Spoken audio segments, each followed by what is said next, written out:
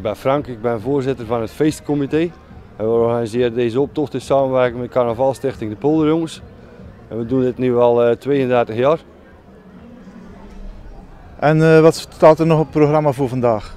We hebben net een optocht, een klein rondje door het dorp georganiseerd. En straks is er nog een kleine tractatie voor de kinderen in het dorpscentrum De Schuur. En daarna is er nog een gelegenheid tot sminken door een clown en ballonnen vouwen. En om rond 4:30 doen we de prijzentrekking. En wat gaat u zelf nog doen aan carnaval? Met Carnavalstichting De Polderjongens bouwen we een grote wagen hier in de buurt.